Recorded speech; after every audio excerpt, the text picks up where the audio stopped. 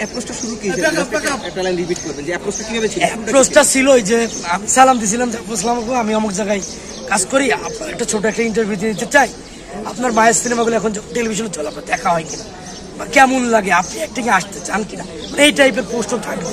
আমি ক্যামেরা বাদে তার কাছে গেছি এমনি কনভিন্স করার জন্য সেই ইন্টারভিউটা দিতে রাজি কিনা। তো সেই সময় তো আসলে নেগেটিভ কথার কোনো পোস্ট আছে না, যে মানুষটাকে আমি কনভিন্স করে ট্রাই করতেছি সেই মানুষটাকে আমি নেগেটিভ পোস্ট কিভাবে, খুব সাধারণ ন্যাচারাল একটা বিষয়। তো তারপরে পাশের থেকে শিবা শানু সে মনে করছে আমি তাকে ডিস্টার্ব করতেছি। ময়ূরীকে? তো ময়ূরীর মেয়েকে। আচ্ছা। সে ক্ষিপ্ত হয়ে কয় তুই কে? আমি বললাম আমি সাংবাদিক। তো এখান থেকে এখনই বেরো। আমি বেরোয় যাচ্ছি, আপনি ভদ্রভাবে কথা বলেন। এক কথা দুই কথা তার সাথে বেঁধে যাওয়ার পর সে আমার শিল্পী সমিতির অফিস থেকে পুরো 7 নম্বর ফোন ধাক্কাতে দিয়ে আসে, আপনারা দেখছেন। কারণ আমি যে ময়ূরীর মেয়ের অশ্লীল পোস্ট করতে অনেকেই বলছে, ওইখানে তো সিসিটিভির ফুটেজ আছে, কতটুকু দূরত্ব পুরো সিসিটিভি শিল্পী সমিতি দ্বারা নিয়ন্ত্রিত। তার সাথে আমার কি কথাবার্তা হয়েছে এই কথাটা না শোনা গেল, বডি ল্যাঙ্গুয়েজ দেখে তো বোঝা যায়, চাই ফরেন্সিক ডিপার্টমেন্টকে দেখা তার সাথে আমার কি বডি ল্যাঙ্গুয়েজ ছিল। এটা সম্পূর্ণ মিথ্যা কথা। এত বড় একটা ঘটনা ধামাচাপা দেওয়ার জন্য তারা এই কাজটা করছে, আর কিচ্ছুই না। এতজন সাংবাদিক। পরবর্তীতে আপনি একটা সাক্ষাৎকারে বলেছেন যে মদ্যপ অবস্থা আপনার কাছে মনে হয়েছে? শিবা শানু, হ্যাঁ আমার কাছে মনে হয়েছে সে মদ্যপান অবস্থায় ছিল, কারণ তার অ্যাক্টিভিটি স্বাভাবিক মানুষের মতো মনে হয় না। শিবা শানু পরবর্তীতে কি করেছে? আপনার কথা বলার পর বলার পর আপনার উপর দেখলাম আক্রমণটা কি করে বলো? পুরো ধাক্কাতে এবার ধাক্কাতে আমি যতই পেছে চড়ছি ততই সে ধাক্কাতে নিয়ে যাচ্ছে। একটা পর্যায়ে আমার সহকর্মী এসে আমাকে সেভ করছে। আপনি কতটা ক্ষতিগ্রস্ত হয়েছেন? কি হয়েছে? আমার অফিসের মোবাইল হারা গেছে, ক্যামেরা ভেঙে গেছে, আমার ডিওভির 8টা সেলাই লাগছে, আমার এখানে 2টা সেলাই। তো আমি তো ক্ষতিগ্রস্ত, এর থেকে মানসিকভাবে আমি লাঞ্ছিত, দেশের মানুষের কাছে আমি লাঞ্ছিত। পরবর্তীতে আপনার উপর অ্যাটাক হওয়ার পর সাংবাদিকদের পিটানোটা আসলে শুরুটা কিভাবে হয়েছিল?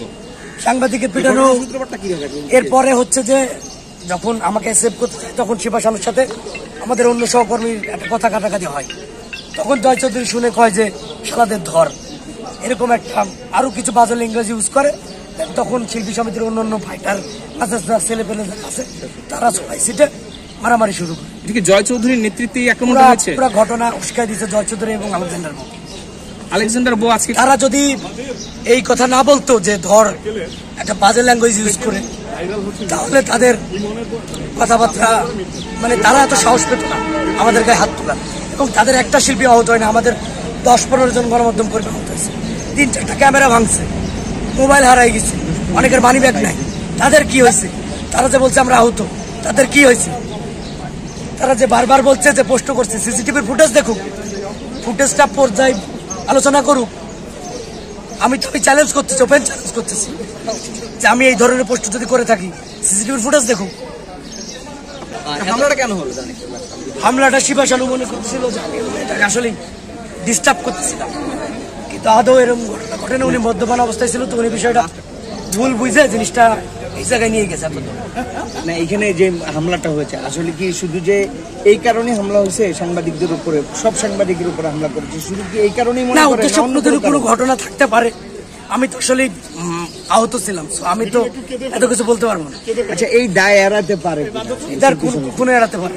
নিশা ডিপজল চলচ্চিত্র শিল্পী সমিতির জন্য খুবই নেক্কারজনক একটা ঘটনা আমি মনে করি, এবং তাদের জন্য নতুন একটা কমিটি খুব বিশৃঙ্খল ভাবে শুরু করলো। আচ্ছা মিঠুন, আপনি আহত হওয়ার পরে যে 5 দফা ছিল সাংবাদিকদের, সেখানে বলা হয়েছে যে আহতদের দেখতে যাবেন, তো সেক্ষেত্রে আপনি কোনো ফোন পেয়েছেন কিনা? আমার কেউ ব্যক্তিগতভাবে কেউ ফোন দেয় নাই, আমি যতটুকু জানি কোনো সদস্য হসপিটালে যায় নাই। আচ্ছা, এবং আরেকটা জিনিস দেখলাম, তারা সাংবাদিকরা একদিকে বাইরে আন্দোলন করতেছে, ফেসবুকে লাইভ দিয়ে খাবার খাচ্ছে দুপুরে মজা করে। সাংবাদিকরা একদিকে হাসপাতালে কাতরাচ্ছে, তারা ফেসবুকে লাইভ দিয়ে খাবার খাচ্ছে। একটা ব্যাপার দেখলাম, মিশা ভাই বললো যে 5 মিনিট লাগবে আমরা এই ঘটনা সুরাহা করতে, তো এই ব্যাপারটা নিয়ে আপনি কি বলবেন? 5 মিনিট কই সুরাহা কই করলো? গতকালকে রাত্রে মিশা ভাই এই কথাটা বললো, সব বানোয়াট সব বানোয়াট কথাবার্তা। ভালো থাকবেন আপনারা। ঠিক, থ্যাংক ইউ ভাই।